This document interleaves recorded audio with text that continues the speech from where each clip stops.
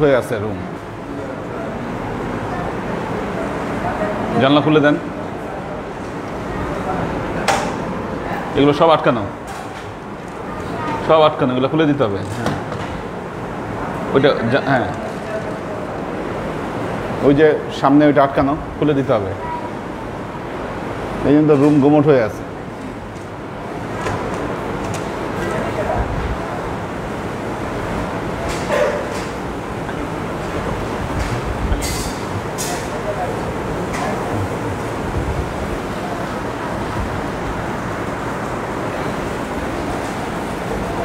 আলহামদুলিল্লাহ আলহামদুলিল্লাহ নাহমাদুহু ওয়া নাস্তাঈনুহু ওয়া নাস্তাগফিরুহু ওয়া নু'মিনু বিহি ওয়া নাতাওয়াক্কালু আলাইহি ওয়া নাউযু বিল্লাহি মিন শুরুরি আনফুসিনা ওয়া মিন সাইয়্যাতি আ'মালিনা من يهد الله فهو المهتدي ومن يضلل فلن تجد له وليا مرشدا فنشهد أن لا إله إلا الله وحده لا شريك له ونشهد أن سيدنا وسندنا ونبينا محمدا صلى الله عليه وسلم الذي أرسله الله بالحق بشيرا ونذيرا وداعيا إلى الله بإذنه وسراجا منيرا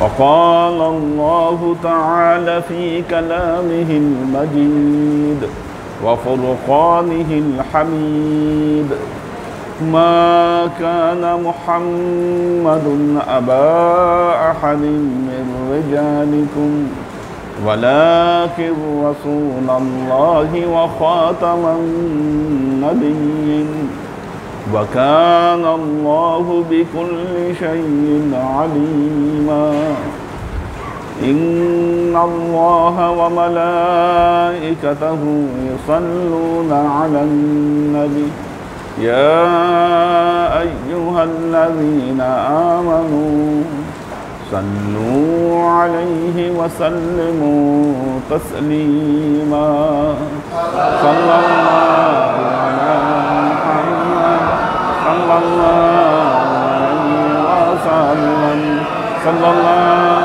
على محمد صلى الله عليه وسلم صلى الله على محمد صلى الله عليه وسلم وقال الله تعالى في كلامه المجيد وفرقانه الحميد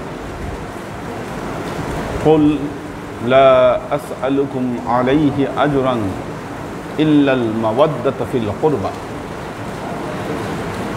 আল্লাহ তার কালামে পাকে ইরশাদ করছেন, তার নবীকে বলছেন, কুল, হে নবী আপনি বলুন, লা আসআলুকুম, আমি তোমাদের কাছ থেকে চাই না, লা আসআলুকুম, আমি তোমাদের কাছ থেকে চাই না, আলাইহি আজরান,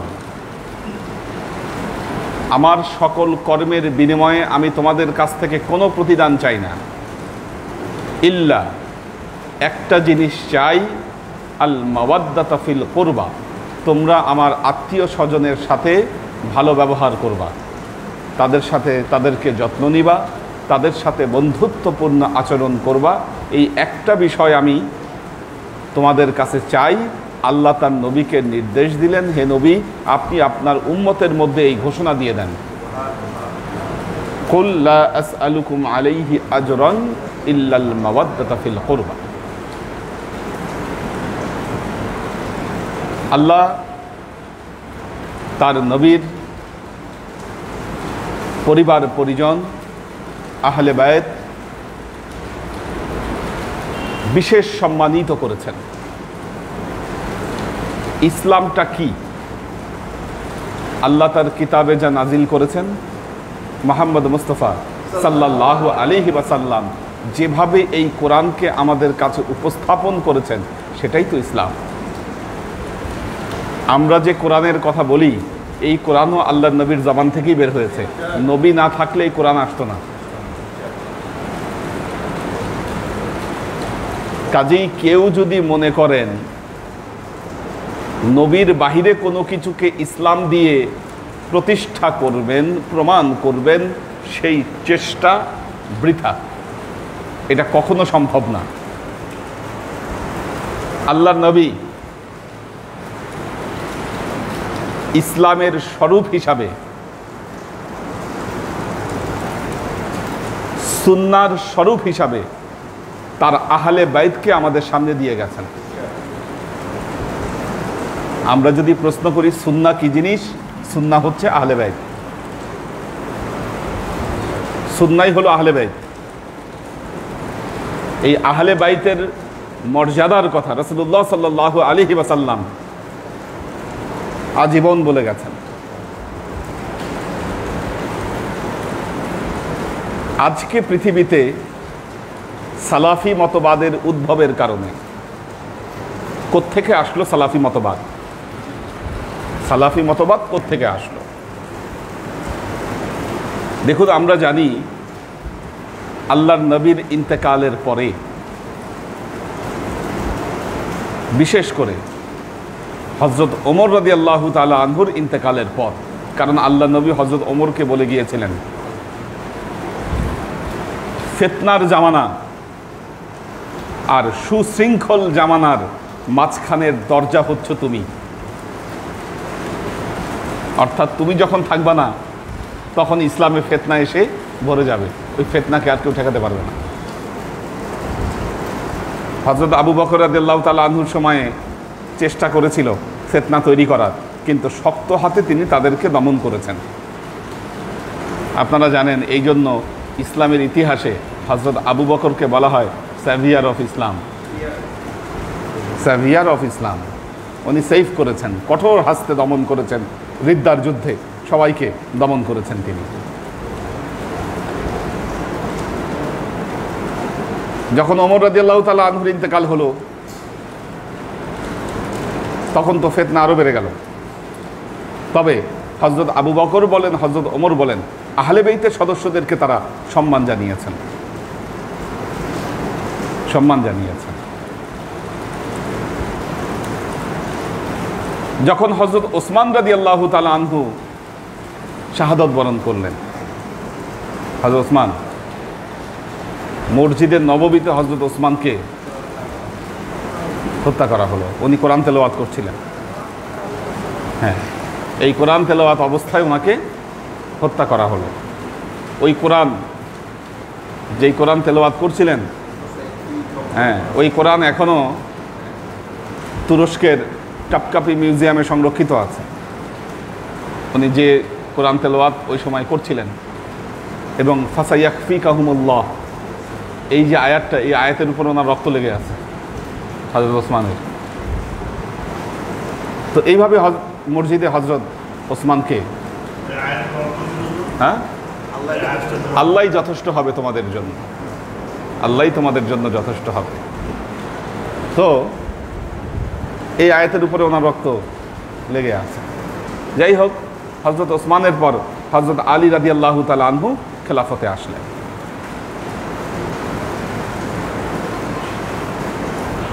গতকাল আমরা গাদিরে খুমের আলোচনা করেছি। গাদিরে খুম, দেখুন, আল্লাহর নবী তার পরবর্তী ইমাম হিসাবে যাকে নিয়োগ দিয়েছিলেন, তিনি ছিলেন মাওলানা আলী। একটা হলো ইমামত, একটা হলো খেলাফত। দুইটা দুই জিনিস, দুটো দুই জিনিস। খেলাফত হলো রাজনৈতিক পোস্ট, ইমামত হলো ধর্মীয় পোস্ট। কি খলিফা যিনি, তিনি হচ্ছেন সরকার, গভর্নমেন্ট, প্রশাসন, ঠিক আছে। আচ্ছা, এখন গভর্নমেন্ট তিনি কি করবেন? সরকার পরিচালনা করবেন, জনগণ পরিচালনা করবেন। ইমাম কি করবেন? মানুষের ধর্মীয় বিষয়টা পরিচালনা করবেন এবং আল্লাহর সাথে বান্দার যোগাযোগ যিনি স্থাপন করবেন তিনি হচ্ছেন ইমাম। কি ব্যাপারটা বুঝতে পেরেছেন? তিনি হচ্ছেন ইমাম। কাজী আল্লাহর নবী তার পরবর্তীতে যাকে ইমাম হিসাবে নিয়োগ দিলেন তিনি ছিলেন মাওলাই আলী। সুস্পষ্টভাবে, হ্যাঁ হ্যাঁ। তো প্রশাসনিকভাবে প্রথম 3 টার্ম উনি আসেন নাই, চতুর্থ টার্মে ওনাকেও প্রশাসনেও বসানো হলো। ধর্মীয় এবং প্রশাসনিক উভয় দায়িত্ব ওনার উপর দিয়ে দেওয়া হলো। দেখুন, আল্লাহর আশেক ও সালেক বৃন্দ, গাদিরে খুবই ভাষণে আল্লাহর নবী হযরত আলীর ইমামতের বিষয়টি সুস্পষ্টভাবে বলে গিয়েছিলেন যে যে আমাকে মাওলা হিসাবে গ্রহণ করবে সে আলীকে মাওলা হিসাবে গ্রহণ করবে। আজকের দিনে আমরা এমন এক পরিবেশ তৈরি করেছি, আমরা মনে করছি যে এই ইমামত এবং আহলে বাইত এটা হচ্ছে শিয়াদের বিষয়, এটা শিয়াদের বিষয়, এটা আমাদের সুন্নিদের কোনো সাবজেক্ট না। এই যে এক বড় গ্যাপ এবং বড় ভুলের মধ্যে আমরা আছি, এই ভুল আমাদেরকে ধ্বংস করে দিতে যথেষ্ট। কেন হলো এরকম পরিস্থিতি? দেখুন, আমাদের ইতিহাস জানা দরকার।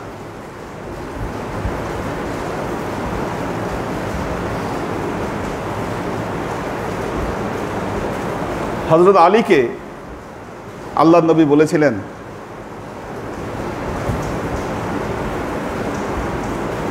লা ইউবগিদুকা লা ইউবগিদুকাল মুমিন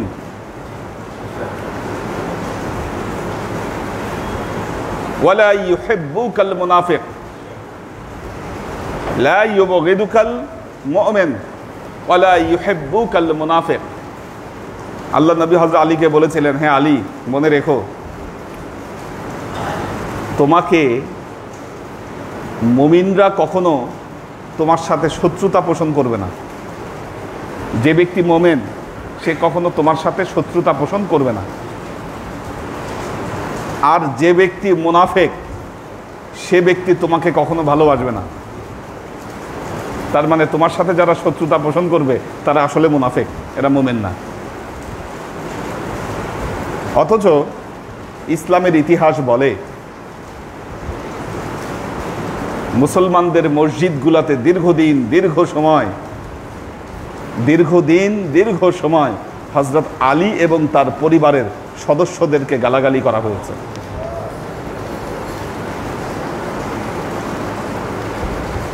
কারবালার ময়দানে ইমাম হোসাইনের যে ট্র্যাজেডি, সপরিবারে আল্লাহর নবী পরিবারের সদস্যদেরকে হত্যা করা হলো। কি নির্মম ঘটনা এটা! যে আহলে বেইতের কথা আল্লাহর নবী বলে গেছেন, আমি তোমাদের কাছে এই দুটো জিনিস রেখে গেলাম, হাউজে কাউসারে তোমরা এই দুটো জিনিস নিয়ে আমার সাথে দেখা করবে এবং তাদের সাথে তোমরা কি আচরণ করেছো ওই সময় আমি তোমাদেরকে জিজ্ঞাসা করব।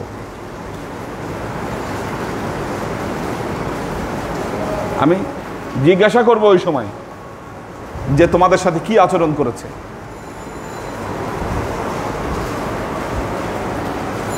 এই আহলে বেইতের সদস্যদের সাথে কারবালার ময়দানে যে নির্মম আচরণ করা হলো, কোনো মুমিন ব্যক্তি এটাকে মেনে নিতে পারে না। অথচ আজকের সময়ে দেখবেন কিছু কিছু আলেমেরা ইউটিউবে সার্চ দিলে, ফেসবুকে দেখবেন তারা বলতেছে কারবালার ঘটনায় ইয়াজিদের কোনো দোষ ছিল না। কারবালার ঘটনায় ইয়াজিদের কোনো দোষ ছিল না। কারবালার ঘটনায় ভুল করছে ইমাম হোসাইন, ইমাম হোসাইনের ওইভাবে যাওয়া ঠিক হয় নাই। আর এই সমস্ত আলেম নামের মুনাফিকরা বলে ইয়াজিদ রহমাতুল্লাহ আলাই, নাউজুবিল্লাহ, ইয়াজিদ রহমাতুল্লাহ আলাই বলে। কেন কেন আসলে এই পরিস্থিতি? দেখুন, ইসলাম এনেছে কে? আল্লাহ নবী মুহাম্মদ রাসূলুল্লাহ সাল্লাল্লাহু আলাইহি ওয়াসাল্লাম।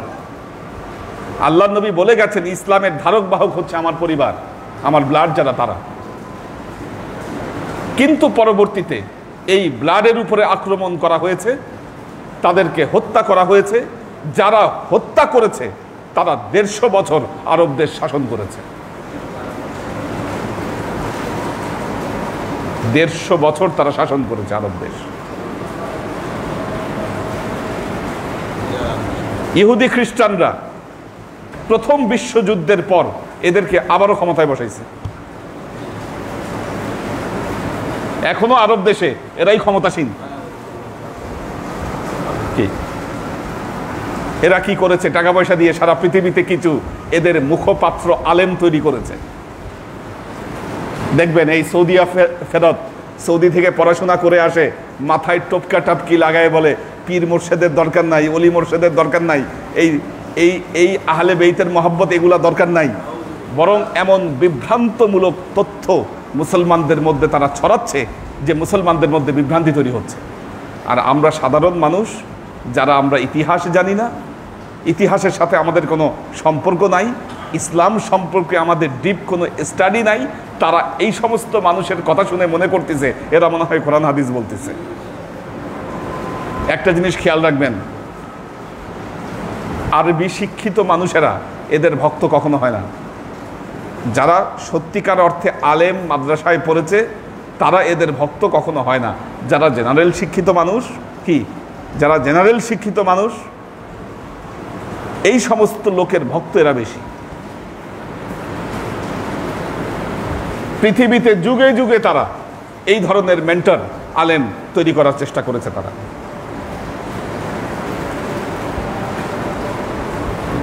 বিরাট আলেম, বিরাট আলেম, কোট প্যান্ট টাই পরে মানুষের সামনে বক্তব্য দিচ্ছে, কোট প্যান্ট পরে, হ্যাঁ বক্তব্য দিচ্ছে। হ্যাঁ হ্যাঁ, তার মানে কি উপস্থাপন করতে চাচ্ছে? হ্যাঁ, this is the Islam, this is the Islam. করাচ্ছে কারা? করাচ্ছে হচ্ছে আমাদের এই ইসলামী কালচার যারা নষ্ট করে দিতে চায়। আর জেনারেল শিক্ষিত মানুষরা বলতেছে, তারা তো দেখে চিন্তা করতেছে বাহ ভালোই তো সুযোগ, এত সহজ ড্রেস কোড ছাড়াই ইসলাম পালন করা যায়, এটা বিরাট সহজ ব্যাপার। এটা আল্লাহর আশেক ও সালেক বৃন্দ, দেখুন আমরা সহিহ বুখারীতে একটি হাদিস পড়েছি, সহিহ বুখারীতে হাদিস পড়েছি, মসজিদে নববী নির্মাণের সময়, মসজিদে নববী নির্মাণের সময় সাহাবীরা অনেক কষ্ট করে এই মসজিদে নববী বানিয়েছিলেন।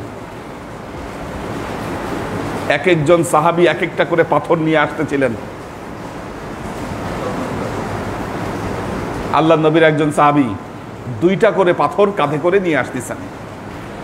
এই দৃশ্য দেখে আল্লাহ নবী ওই সাহাবীকে কাছে ডাকলেন এবং তার হাত থেকে ওই পাথর দুটো নামিয়ে তার গা থেকে ধুলা ঝেড়ে দিতে শুরু করলেন আল্লাহ নবী, এবং বললেন তুমি আজকে ইসলামের জন্য এত কষ্ট করছো, তুমি ইসলামের জন্য এত কষ্ট করছো, অথচ তুমি একদিন মুসলমানদের হাতে শাহাদত বরণ করবে। কেন? তোমার অপরাধ থাকবে কি? তুমি বাতিলের বিরুদ্ধে হকের দিকে মানুষকে আহ্বান করতে থাকবা, এই অপরাধে তোমাকে হত্যা করা হবে। তোমার অপরাধ কি? বাতিলের বিরুদ্ধে তুমি হকের দিকে মানুষকে দাওয়াত দিবা, এই অপরাধে তোমাকে মানুষ হত্যা করবে। সিফিনের যুদ্ধে এই সাহাবী হযরত আলীর পক্ষে যুদ্ধ করেছিলেন মুয়াবিয়ার বিপক্ষে, এবং তিনি ওই যুদ্ধে শাহাদত বরণ করেন। বেশি কথার প্রয়োজন হয় না, ইশারা আল্লাহ নবী দিয়েই গেছেন কোনটা হক আর কোনটা বাতিল। আপনারা সিফিনের যুদ্ধের ইতিহাস জানেন, হযরত আলী এবং মুয়াবিয়ার যে দ্বন্দ্ব, কোনো সমাধান হলো না যুদ্ধে। মুয়াবিয়া চলে গেল কুফায়, ওইদিকে শাসন করতে, আর এইদিকে হযরত আলী মদিনায়, মুয়াবিয়া দামেশকে।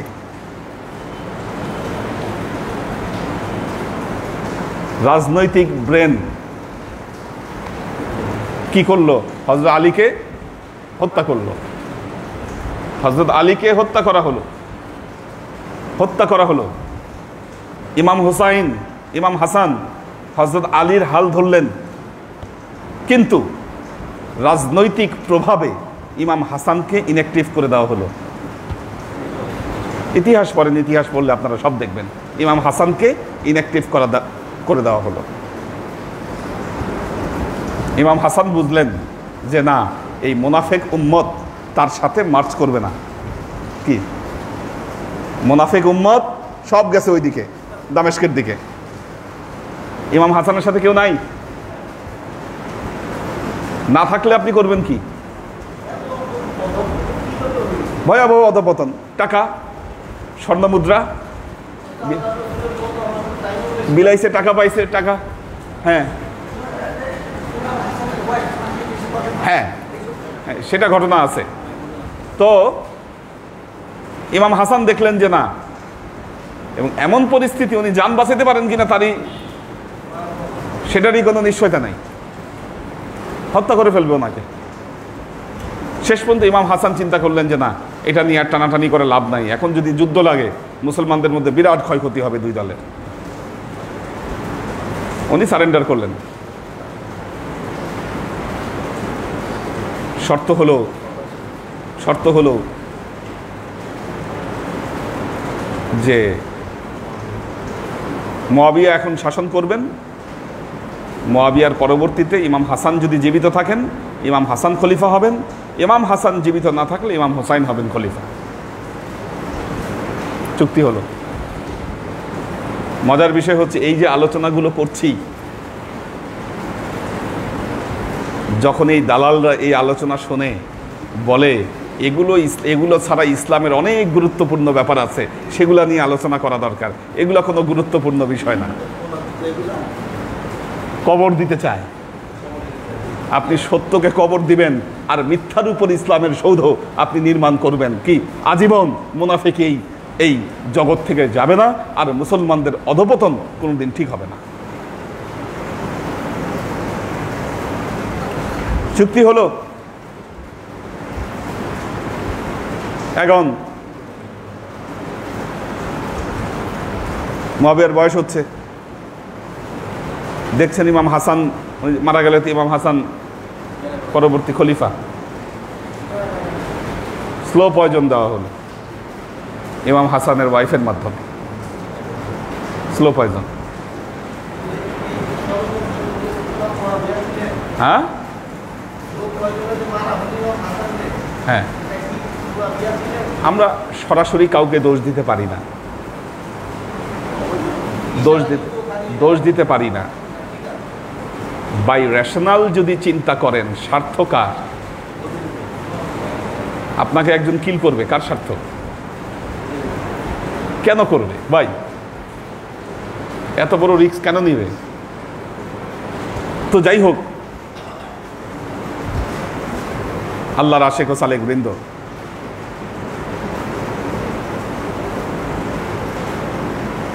তারপরে স্লো পয়জন দেওয়া হলো। ইমাম হাসান ইন্তেকাল করলেন। খলিফা হওয়ার কথা এখন ইমাম হুসাইনের, মুয়াবিয়ার পরে। হযরত মুয়াবিয়া ইন্তেকালের আগে দায়িত্ব দিয়ে গেলেন তার ছেলে ইয়াজিদকে। ইয়াজিদ ফাসেক ছিল, ফাসেক। কেন ফাসেক ছিল? দেখেন, আমাদের সোনার আলেমরা পাচাটা, এদের নুন খাওয়া যে আলেম, যারা বলেন ইয়াজিদ রহমতুল্লাহ আলাইহি,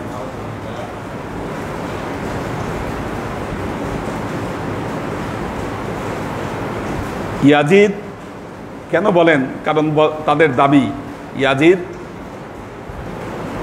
তাবিঈন ছিলেন, সাহাবীকে দেখেছেন। সাহাবীকে দেখলেই যদি তাবি হয়, নবীকে দেখলেই যদি সাহাবী হয়, কি মুনাফিক কারা ছিল তার একটা লিস্ট আল্লাহর নবী তার সাহাবী হুযায়ফার কাছে দিয়ে গিয়েছিলেন। হযরত হুযায়ফা রাদিয়াল্লাহু তাআলা আনহুর কাছে দিয়ে গিয়েছিলেন মুনাফিকের লিস্ট। তার মানে কি, আল্লাহর নবী সাহাবীদের মধ্যে যারা সাহাবী হিসাবে পরিচিত সবাই সাহাবী ছিলেন না, তাদের মধ্যে মুনাফিক ছিল। এবং কারো জানাজার সময় হলে হযরত ওমর আগে হুযায়ফাকে জিজ্ঞাসা করতেন যে, হুযায়ফা, এ কি আসলে সাহাবী ছিল না এ মুনাফিক ছিল? যদি হযরত হুযায়ফা সার্টিফাই করতেন তাহলে ওমর জানাজার নামাজে যেতেন, নাহলে উনি নামাজ পড়তেন না। সবাই তো আল্লাহ নবীকে দেখলেই যে সাহাবী, বিষয়টা তো তা নয়। কি হ্যাঁ, তো সবই তো সাহাবী হয়ে যেত।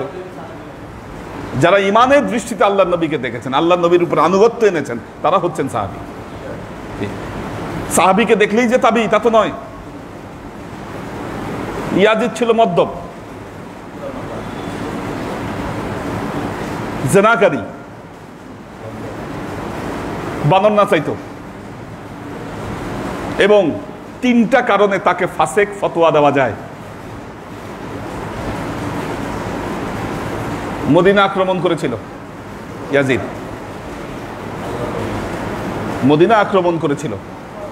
মদিনার বহু পুরুষকে হত্যা করেছিল তার সময়ে এই বাহিনী, এবং মদিনার বহু নারীকে ধর্ষণ করা হয়েছিল।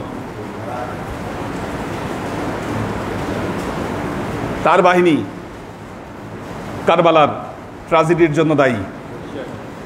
তৃতীয়ত হচ্ছে মক্কা আক্রমণ করেছিল ইয়াজিদ বাহিনী, মক্কা আক্রমণ করেছিল। হ্যাঁ হ্যাঁ, জানে সব, ওই যে চোখ বন্ধ, এগুলো জানা যাবে না, এগুলো জানাও যাবে না, এগুলো নিয়ে কথাও বলা যাবে না, কারণ এগুলো জানলে, কথা বললে না ইমান না আবার চলে যায়। হ্যাঁ হ্যাঁ, সব জানে, বলে না। কাবাঘর অবরোধ করে রেখেছিল ইয়াজিদ বাহিনী, এবং তাদের ছোড়া পাথরে কাবাঘরের গিলাফ ক্ষতিগ্রস্ত হয়েছিল। এই অবরোধ অবস্থায় ইয়াজিদ মারা যায়, আগুনও লাগাইছিল। হ্যাঁ, এই অবরোধ অবস্থায় ইয়াজিদ মারা যায়, হঠাৎ কম বয়সে মারা যায়। দেখেন, আহলে বেইত ঠিকই থেকে গেল, যেই ক্ষমতার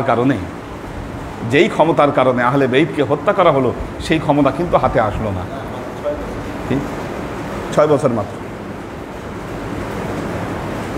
যে আব্দুল্লাহ বিন জিয়াদ এই হত্যাকাণ্ডে জড়িত ছিল, তাকে এই কারবালার ময়দানি, এই 10ই মুহররমে ওই জায়গায় তাকে হত্যা করে মুখতার সাকাফি এর প্রতিশোধ নেয়। হ্যাঁ, এর প্রতিশোধ নেয়। যাই হোক, এরা আর ক্ষমতায় পরবর্তীতে সাস্টেইন করতে পারে না, কিন্তু পরবর্তীতে তাদেরই যারা বংশধর, তাদেরই যারা অনুসারী, তারা ক্ষমতায় আসে। আপনারা জানেন উমাইয়া খেলাফত পরবর্তী 150 বছর তারা শাসন কার্য পরিচালনা করে। এই সময়ে মসজিদগুলো এদের দখলে ছিল, মেম্বার এদের দখলে ছিল, ইসলামের এদের অনুসারী হাজার হাজার আলেম তারা তৈরি করেছিল। যারা লোভী, অর্থের ভক্ত যারা ছিল, তারা এদেরকে অনুসরণ করেছে। কি আর নবী প্রেমিক যারা ছিল, তারা যুগে যুগে আহলে বেইতকে অনুসরণ করেছে।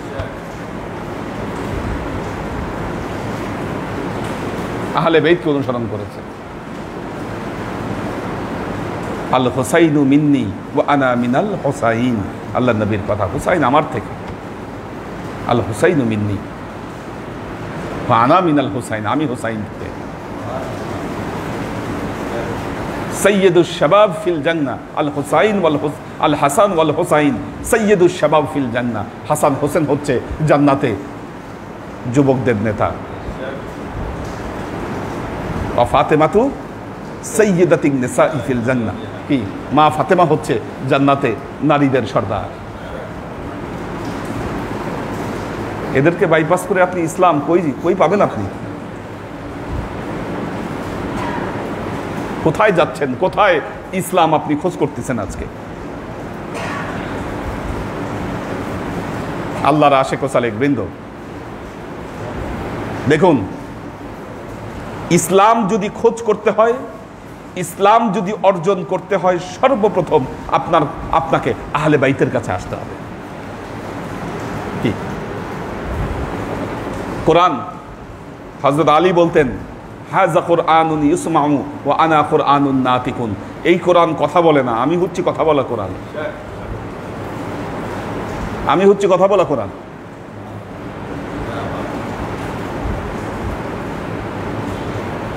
আজকের যুগের আলেমেরা, অধিকাংশ আলেমেরা এই আহলে বাইতকে পরিত্যাগ করেছে।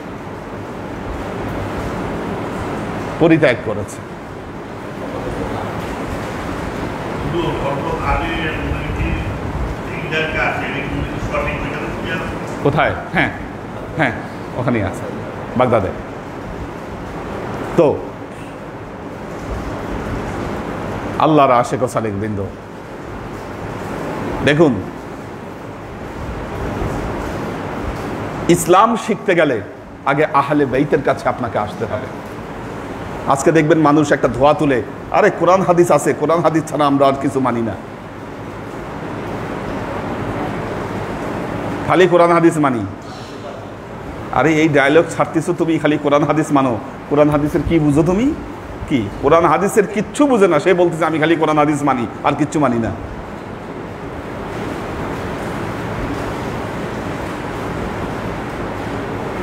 আরেক দল আহলে হাদিস, কি আহলে হাদিস কথাটার মধ্যেই গলত। আল্লাহ নবী তো আহলে হাদিস কখনো হতে বলে নাই, আহলে সুন্নাহ হতে বলেছে আল্লাহ নবী। কি আল্লাহ নবী যা রেখে গিয়েছেন সেটা হলো সুন্নাহ, হাদিস রেখে যান নাই আল্লাহ নবী।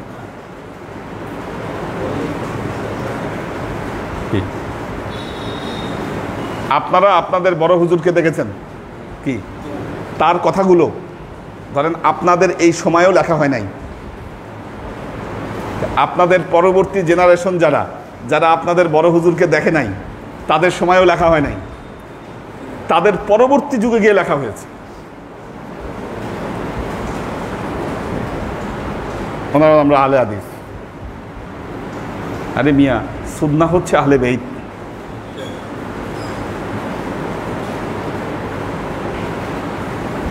আল্লাহর আশিক ও সালেক বৃন্দ, এই আহলে বাইত তিনটি পর্যায়ে বিভক্ত।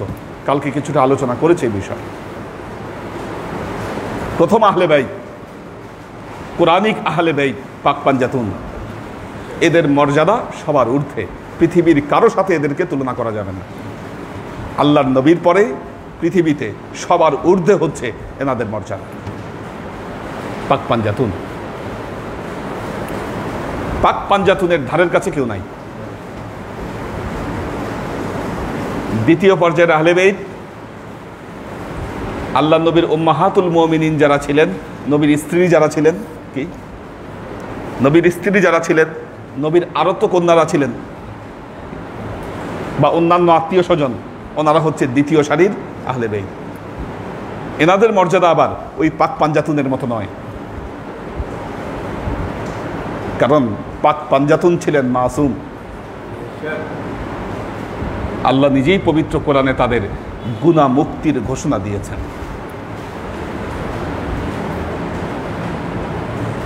তৃতীয় পর্যায়ের আহলে বাইত, আল্লাহর নবীর এই যে আহলে বাইতের ধারায় পরবর্তী যুগে যত ইসলামের দায়ী রয়েছেন, আওলাদের রাসূল রয়েছেন, তারা সবাই আহলে বাইতের তৃতীয় ধারার অন্তর্ভুক্ত। ইসলামকে বুঝতে গেলে, শিখতে গেলে এদের কাছে আসতে হবে আপনাদেরকে, যারা রুহানি নাসলে, কি রুহানি নাসলে আহলে বেইত হয়ে রাসূলুল্লাহ সাল্লাল্লাহু আলাইহি ওয়াসাল্লামের সাথে যারা সংযুক্ত। কারণ আহলে বেইতের আমল এবং শিক্ষাগুলো ওনারা সিনায় সিনায় বহন করেছে। আহলে বেইতের শিক্ষা কিতাবে বহন করা হয় নাই, সিনায় বহন করা হয়েছে। কালকে বলেছি একটা পরিসংখ্যান,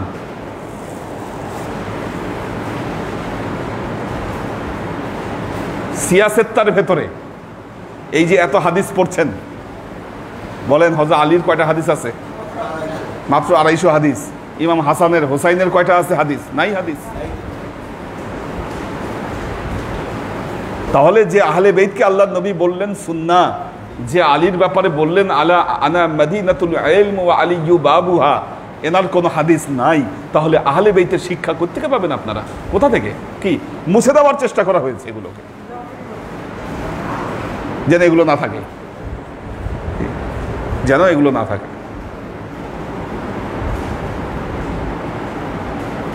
কিন্তু মুছলেই এটাকে মুছতে পারা যায় না, এটাকে মুছলেই মুছতে পারা যায় না। কাজেই আল্লাহর আশিক ও সালেক বৃন্দ, আজকে পৃথিবীতে ইসলামের নামে যা হচ্ছে তা ইসলাম নয়। কি আপনি ইসলামকে পালন করার আগে আপনাকে দেখতে হবে আপনি কোন ইসলামকে পালন করছেন। আপনি কি দামেস্কের ইসলামের অনুসারী, না আপনি মদিনার ইসলামের অনুসারী? কি আপনি যদি মদিনার ইসলামের অনুসারী হন, মনে রাখবেন মদিনার ইসলাম হলো আহলে বেইত পন্থী, পাক পাঞ্জাতুন পন্থী এবং আশেকে রাসূল পন্থী। এটা আর এই দামেস্কের ইসলামের মধ্যে কোনো মহব্বত নাই, ভালোবাসা নাই, সফটনেস নাই, এখানে আহলে বেইত নাই, এখানে রাসূলের ইশকের কথা নাই। কি এগুলো সব কিছু শূন্য হচ্ছে দামেস্কের ইসলাম, যে ইসলামের একটা ধারা আজকে তৈরি করা হয়েছে।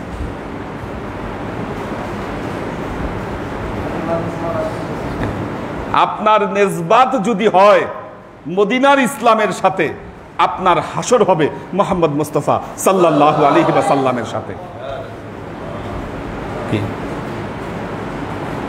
আর যদি দামেস্কের ইসলামের সাথে আপনি নেসবত রাখেন, ইয়াজিদকে যদি এতই ভালো লাগে যে ইয়াজিদ রহমতুল্লাহ আলাই তার নামের সাথে আপনি যুক্ত করতে চান, কি আপনার নেসবত হবে এদের সাথে। আপনি বেছে নেন আপনি কোনটা গ্রহণ করবেন।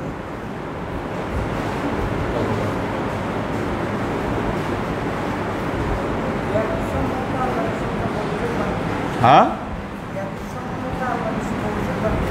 করেছেন, আল্লাহ নবী সবই বলে গেছেন, সবই বলে গেছেন আল্লাহ নবী। এবং আল্লাহ নবীর প্রতিটি কথা পরিপূর্ণভাবে প্রকাশিত হয়েছে সত্যবাদ হিসেবে। সবকিছু বলে যাওয়ার পরেও তো মুসলমানরা বিভ্রান্ত হয়েছে। বিভ্রান্ত না হলে এরা কিভাবে এত বছর শাসন করে বলেন? লোভ লালসা, লোভ লালসা।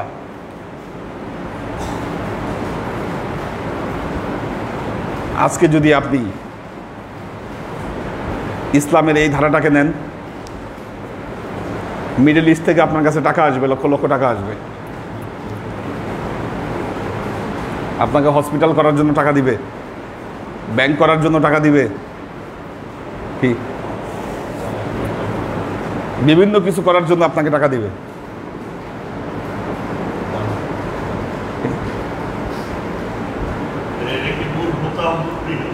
হ্যাঁ হ্যাঁ, আজকে তো ইহুদিদের জন্য এই অবস্থা।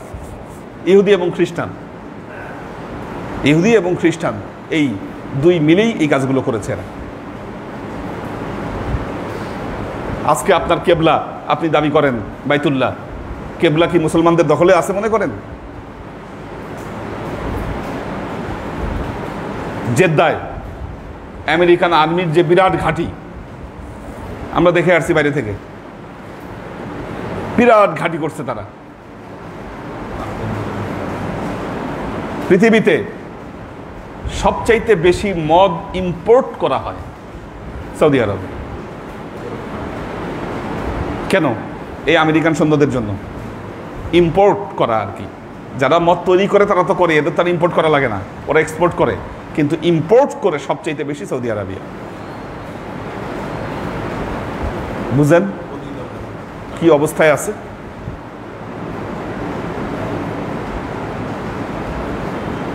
তো আর আপনাকে তো ইসলামের কথা বললে কথায় কথায় উদাহরণ দেন, আরে সৌদি আরবে হয় না, আমি গেছি, গিয়ে দেখেছি সৌদি আরবে এগুলো নাই।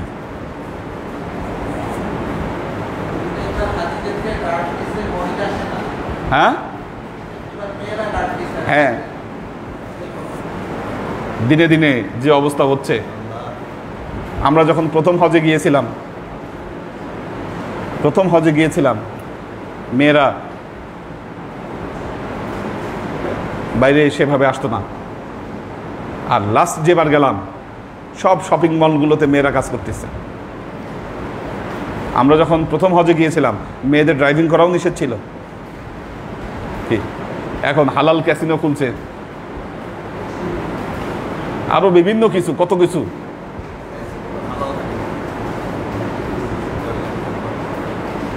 আল্লাহর আশিক ও সালেক বৃন্দ, হ্যাঁ আল্লাহ ভালো জানে ওরা কি করছে, কেমনে এটা হালাল ক্যাসিনো করছে ওই জায়গায়। তো আল্লাহর আশিক ও সালেক বৃন্দ, দেখুন সত্যের বিজয় হবেই। ইসলামকে দমিয়ে রাখার জন্য যুগে যুগে ষড়যন্ত্র হয়েছে। এই ষড়যন্ত্রগুলো বেশি দিন স্থায়ী হতে পারেনি।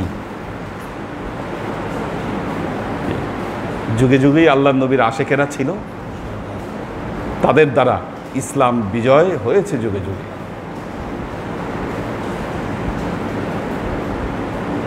আল্লাহ আমাদেরকে তৌফিক দান করুন।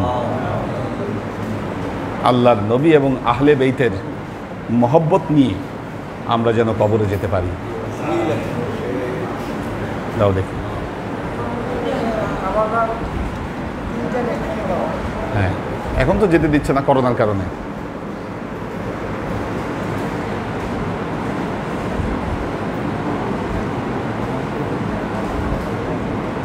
সুলাইমান রাজি, আমাদের নাজিমউদ্দিন ভাইয়ের ফ্যামিলি আছেন, শফি ফরিদ, ডক্টর শওকত ওসমান, আমাদের আলী আকবর ভাইয়ের ফ্যামিলি আছেন। আলী আকবর ভাই তো জানেন যে একটু খুব অসুস্থ, উনি আইসিইউতে ভর্তি ছিলেন। হ্যাঁ হ্যাঁ, কালকে পর্যন্ত খবর পেয়েছি একটু ভালো, আল্লাহর রহমতে। আমি দেখতে গিয়েছিলাম মাকে। সুমাইয়া নুহিন দিশা, সাইম আহমেদ, আশেক মাহমুদ, রাবেয়া ওমর, খান জলিল, মোহাম্মদি তাইবা, ফাইম ফাইজুল্লাহ, আব্দুল হাফিজ, মোহাম্মদ আজাদ, সুরভি আক্তার নিপা, মোহাম্মদ শামসুস সালেহীন, নাসিমুল ইসলাম পটল, পপিয়ারা জামান সুমি, সঞ্জিদা রেজা, জেসমিন, হাসান আবদুল্লাহ, নাসিম তালুকদার, মেহের আফজুন নেসা, মোহাম্মদ কবির হোসেন, ওয়াসিম খান, সাইফুল রিঙ্কু, লুনা তাবাসসুম লুবনা, আব্দুস সাত্তার, মাকসুদ ওমর, শাকেরা আফজারা,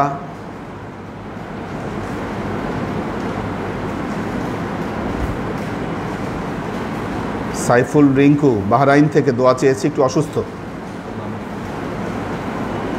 আল্লাহ সুস্থ করুক। দীপা উষা, ও জানিয়েছে ও রনির ওয়াইফ, আমাদের হানিফ রনি, ওর কালকে বাইপাস হবে, বাইপাস সার্জারি করতে হবে ওকে। হার্টের ব্লক আছে ওর 3টা, তো বাইপাস ছাড়া ওর হবে না। সবাই দোয়া করবেন আল্লাহ যাতে সহি সালামতে ওর এই বাইপাস সার্জারি সম্পন্ন করে। আল্লাহ ভরসা আমরা আশা করি ইনশাল্লাহ এই অবস্থা কাটিয়ে উঠবে। মোহাম্মদ শিয়াম হুসাইন, সজীব হোসেন,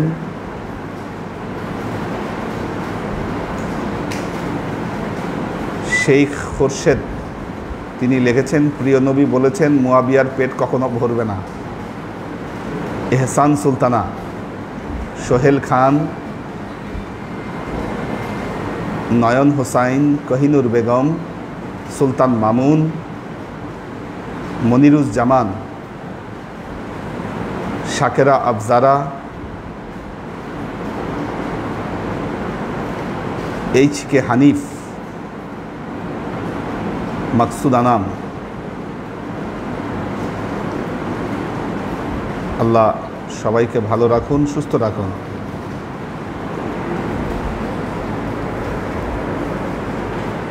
আল্লাহুম্মা আমিন। আল্লাহুম্মা সাল্লি আলা মুহাম্মাদিন ওয়া আলা আলি মুহাম্মাদিন কামা সাল্লাইতা আলা ইব্রাহিম ওয়া আলা আলি ইব্রাহিম ইন্নাকা হামিদুম মাজিদ। আল্লাহুম্মা বারিক আলা মুহাম্মাদিন ওয়া আলা আলি মুহাম্মাদিন কামা বারাকতা আলা ইব্রাহিম ওয়া আলা আলি ইব্রাহিম ইন্নাকা হামিদুম মাজিদ। রব্বানা ظلمنا أنفسنا وإن لم تغفر لنا وترحمنا لنكونن من الخاسرين। ربنا آتنا في الدنيا حسنة وفي الآخرة حسنة وقنا عذاب النار। ربنا لا تزغ قلوبنا بعد إذ هديتنا وهب لنا من لدنك رحمة إنك أنت الوهاب। اللهم إنك عفو تحب العفو فاعف عني يا غفور الرحيم الودود।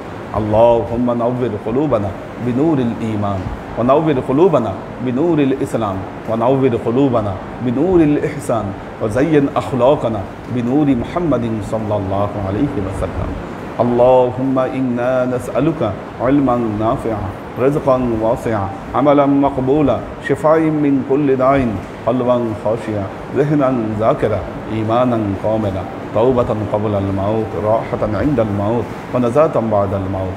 اللهم إنا نسألك رحمتك في كل درجة فلاح في كل أمر ونعوذ بك من الشرك والشك والنفاق والبدعة ومن كل وسوسة الشيطان। يا الله يا رحمن يا مالك আমরা এতক্ষণ তোমার দরবারে যে সমস্ত আমলকে উপস্থাপন করলাম ত্রুটি মুক্তভাবে এই আমলগুলোকে তুমি আমাদের তরফ থেকে কবুল করে নাও। তুমি আমলের যাজা আমাদের প্রিয় নবী হযরত মুহাম্মদ মুস্তাফা সাল্লাল্লাহু আলাইহি ওয়াসাল্লামের কাছে পৌঁছে দাও। আল্লাহ আমাদের নবীর পরিবারবর্গের কাছে তুমি এর যাজাকে পৌঁছে দাও। এই দুনিয়ার সমস্ত আম্বিয়ায়ে কেরাম, সাহাবায়ে কেরাম, তাবেঈন, তাবেঈন, ওয়ালি আউলিয়া, গাউস কুতুব, আমাদের মা বাবা, ভাই বোন, আত্মীয় স্বজন, এই দরবার থেকে যত পীর ভাই বোন চলে গেছে সবার রুহে আল্লাহ তুমি এর যাজাকে পৌঁছে দাও। তুমি তোমার হাবিবের ওসিলায় আমাদের সবাইকে কবুল ও ক্ষমা করে দাও। আমাদের জীবন থেকে সমস্ত অভাব অভিযোগ, বালা মুসিবত, দুঃখ কষ্ট, রোগ শোককে দূরীভূত করে দিয়ে দৃঢ় হস্তে তোমার দ্বীনের খেদমতের তৌফিক তুমি আমাদেরকে দান করো। আজীবন যেন তোমার হেদায়েতের পথে প্রতিষ্ঠিত থাকতে পারি সে তৌফিক তুমি আমাদেরকে দান করো। সুবহান রাব্বিকা রাব্বিল ইজ্জাতি আম্মা ইয়াসিফুন সালামুন আলাল মুরসালিন ওয়ালহামদুলিল্লাহি রাব্বিল আলামিন। ওয়াজআল আখিরু কালিমাতিনা ইনদাল মাউত লা ইলাহা ইল্লাল্লাহ মুহাম্মাদুর রাসূলুল্লাহ।